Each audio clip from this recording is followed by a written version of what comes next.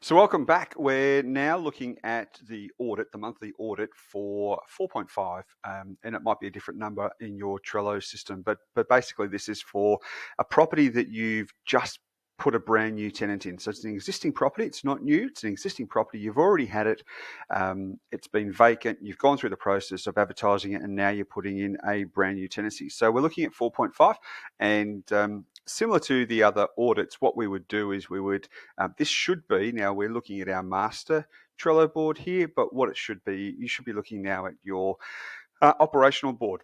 Every month, or as the properties come through, depending on how you want to run the portfolio, but as the properties come through, you might find that instead of waiting for the end of the month to do a full audit on what was leased in that month, you might find that it makes sense to be auditing on an ongoing basis, and that's entirely fine. So let's go into it. Let's look at 4.5.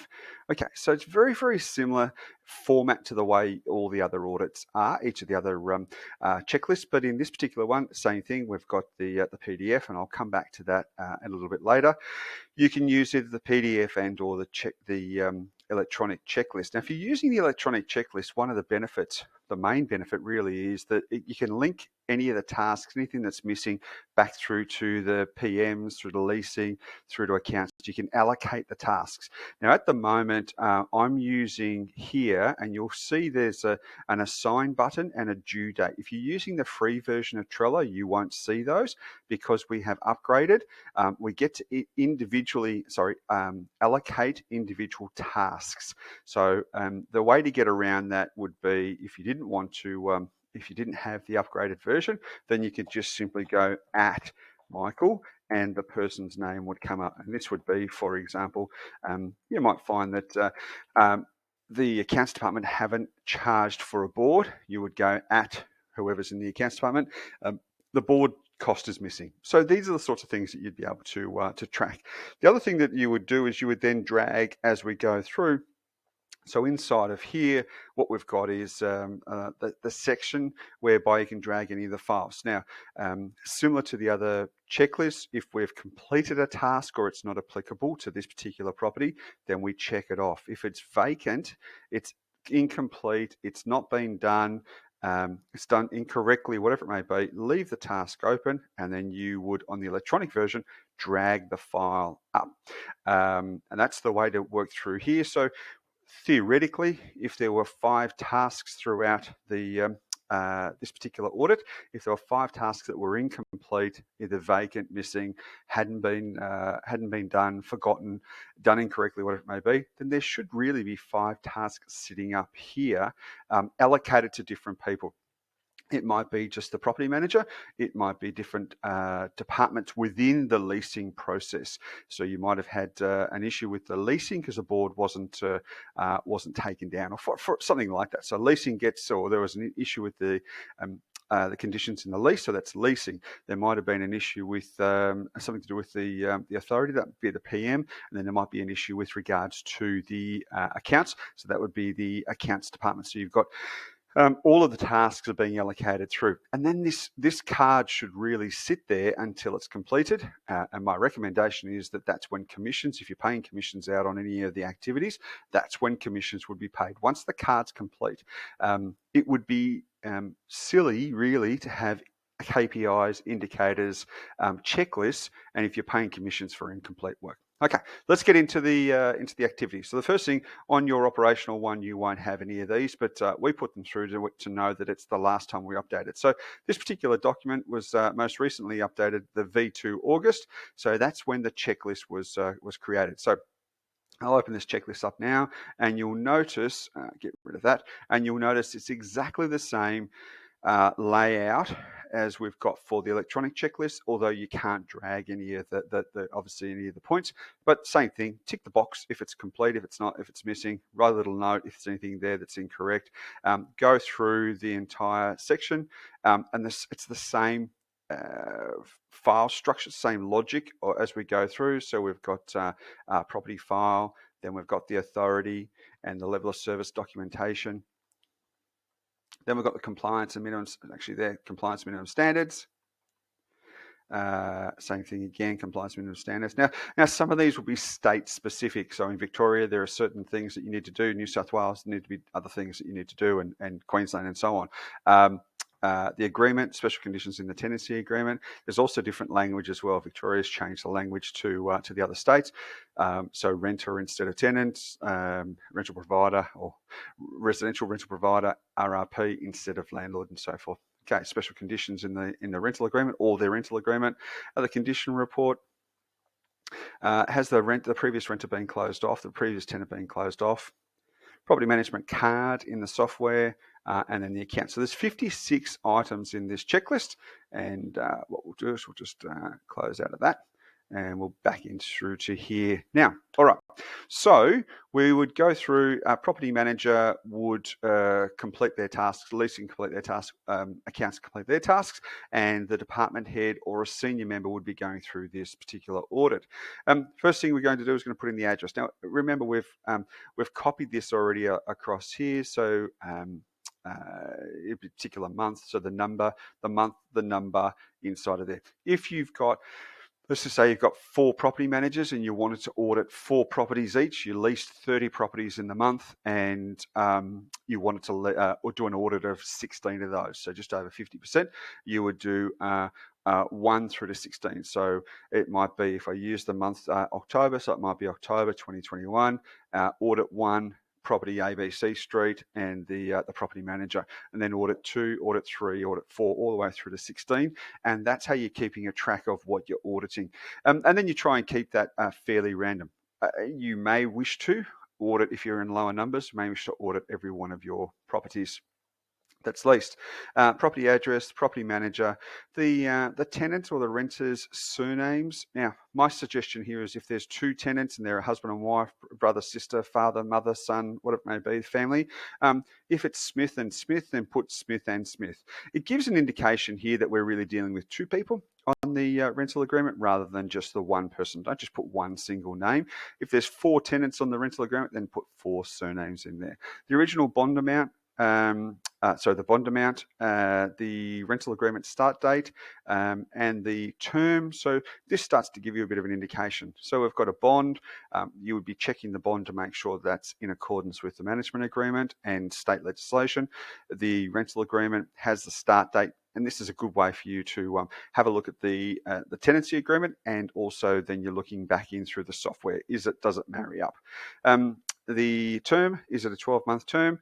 If it's a 12-month term, then what you're looking for is, the reasons why we want to do this is, one, it gives you an indication that it gives you the impetus to then go start looking through the lease. But what you're then doing is you then should be looking for lease renewals and rent reviews to trigger off those dates back in through to the property management software. Your name and the date you're doing the audit. All the activities go back through to here. Let's get into it. So the property file. Is there a valid, is there owner's corporation? Sorry, is there owner's corporation rules, plan of subdivision, moving guides, those sorts of things? Now, these are really for apartments. If it's a house and or it's a rural land or commercial, then it's not going to be applicable. So click no. Are there marketing photos? So we're really looking here. Are there lifestyle photographs, communal facilities, those sorts of things? Have they been marketed? This is really the marketing side of things. Are the property photos sitting in there? Do they have watermarks? You might want to actually bring up the ad, go back through to the real estate portals and have a look at the ad and see what the ad looked like. I always suggest it's a good idea to be able to print a copy of the ad and attach that through to the rental agreement if possible, because then what that happens is the tenant's actually physically signing off on what you advertised. It makes sense to be able to do that, particularly if you're going through and you've got some strong advertising standards. Professional photos, if there were professional photos here, was there a floor plan? If you can, try and use 2D floor plans rather than using the single flat black and white floor plans. If you've got them with color photos and they're 2D, furniture and those sorts of things, you can get that done through Box Brownie quite cheaply. And were there photos in the property specific to, and this is really the property attributes. If you're having a look back through, if you're using Property Me, it might be in the photo gallery. Property Tree doesn't have that, and Console as well. So you might want to go through and have a look. Is there photos of the oven compliance plate? Was it gas? Is there hot water inside, outside? Is it a rinnai? Is it a storage? What sort of heating, cooling, light fittings, door locks, those sorts of things? Are there the property attributes, timber floorboards? Is there a swimming pool? There really needs to be inside of the property software, inside of the trust software. This is really for hot seating. So if you've got a temp that's coming in, someone else can go at a glance and look at that property and say, oh, I know there's that sort of hot water system, or the oven's broken, it's a 6-burner and it's a rinnai or whatever it may be. So what you're looking, not a rinnai oven, a smeg oven, but what you're looking for really is be able to identify at a glance all the information which you would have typically inside of a condition report, but these are things which are a little bit more detailed and helps the property manager. You might have serial numbers, IDs, compliance plates, that sort of stuff that's sitting inside of there. Position for smoke detector is really important. Let's get into the authority. Now what we're looking for, it's still in the cloud storage. So this is really what you've got your Google Drive, Dropbox, SharePoint, maybe still a server. Was there a new authority prepared and has it been updated?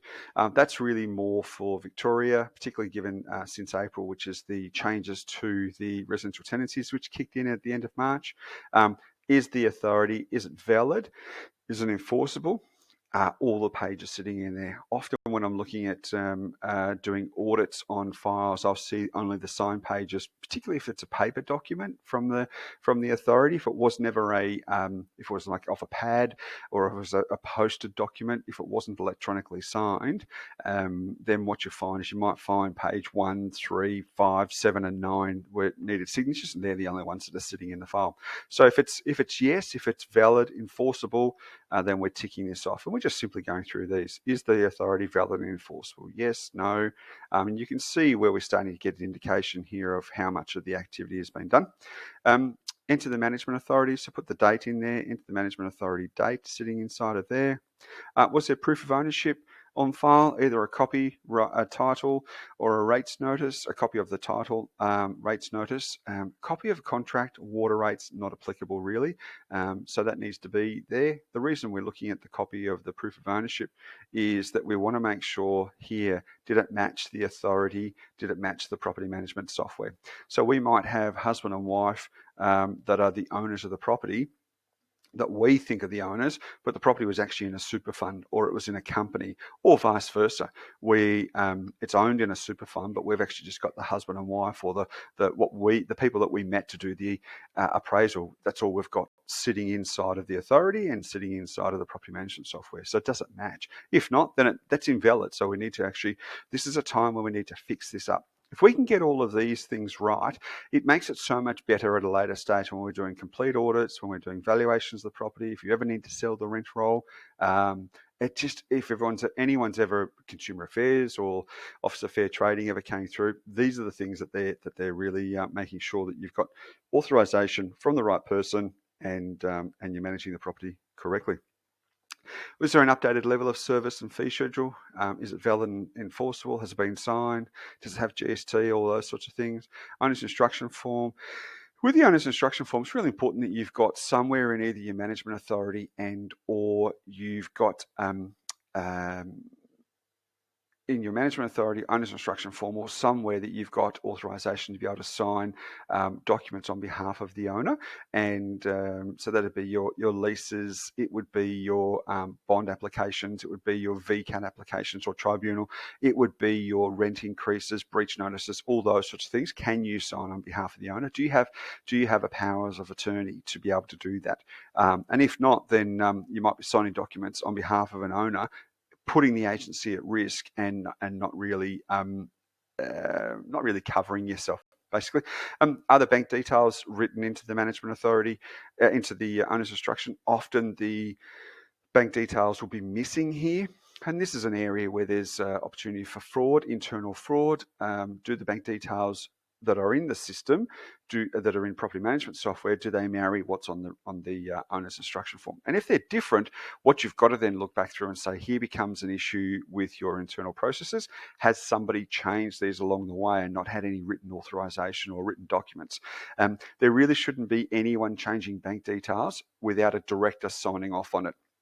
The director really should be the only person that actually says yes and authorises that. Somebody else might be able to do it, but the director needs to be made aware. So put systems in place whereby any changes to the bank details for an owner across the board, a director has to be made aware of that in the office. Is there written, completed, valid disclosure statement? Again, we're looking at Victoria here. Is it updated and is it sitting in the system? Has the disclosure statement, is there anything that's written in the disclosure statement that needs to be noted in the rental agreements? And that might be items like embedded network, it might be owners corporation rules, there might have been an issue with regards to a dispute with an owners corporation for, say, like cladding, those sorts of things. Have they been noted in the disclosure statement? If they're not noted, but you're aware of them, particularly like, for example, the cladding, that needs to be noted in the rental agreement, because it can impact the tenants and the tenants' quiet enjoyment. So if that's an issue, there might be, for example, 6 months worth of scaffolding put up at their property which they weren't aware of, and that's about the disclosure. So that's really, really important. Minimum standards: does the property meet the minimum standards? There's 14 of those. Does it meet all of them? If it's yes, great, tick it all off, sign it all off. If there's anything that's incorrect, doesn't match, and it might be asbestos, it might be locks, it might be bins, it might be compliance. If it doesn't meet the minimum standards, then it needs to be no, and you need to make sure you've got that noted in your property management software. And was it then noted into the rental agreement? Was there anything inside of the minimum standards that document that the owners provided that needed to be noted in the rental agreement? And then you should be making a note, and you've got to check that off and see if it was a special condition. Do you have authority for the detector inspections, smoke detector inspections? So do you have authority to do those? Are you managing them? Is the owner managing those? Do you not have authority? And this is the time where you need to make sure you've got all of this information on file. And again, it comes back to right at the moment, if you were to do an audit and find that you're missing written authorization from an owner, right at the moment, now's the time to be going through and getting that updated. Same thing for electrical, same thing for gas.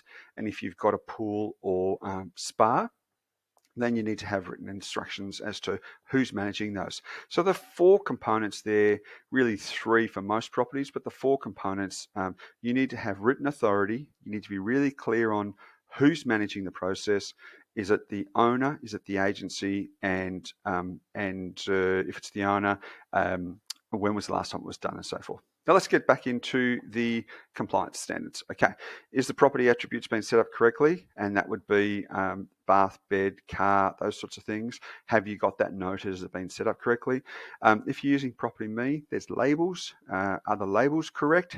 My suggestion, and I've got in another card somewhere, there's over 100 particular labels that I use in Property Me when I'm setting that up, and are they correct? If you're using Property Tree, then it might be tags, but has the property been set up correctly? This really helps you with your reporting at a later stage. You want to know at a glance, really, with some of your reporting, and the property managers need to be able to then pull up reports, accurately find properties that are either approved, missing, and you want to know all this information.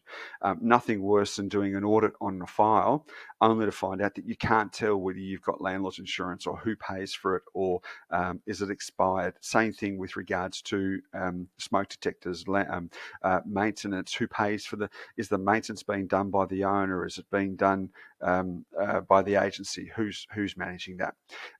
Then now we're looking at landlord's insurance policy. Is there a compliance reminder for landlord's insurance policy and building insurance? We've got all of those. Have we got reminders? Again, who's paying for them? And we've got building insurance. Now we're looking at smoke detector. Now we're looking at the gas. Are they current? Is it incomplete? Are the reminders set up? This is what we're looking for. Gas, electrical, carbon monoxide, pool barrier. And now we're looking at those in there as well.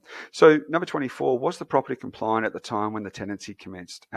So if it wasn't compliant, so you might have actually had an expired smoke detector certificate, and it was due to, and you'd contacted the smoke detector company, but it was due, and so at that stage it needs to be noted both in the condition report and also in the special conditions of the lease that it was not compliant at the time. These are the things that are really important that are noted.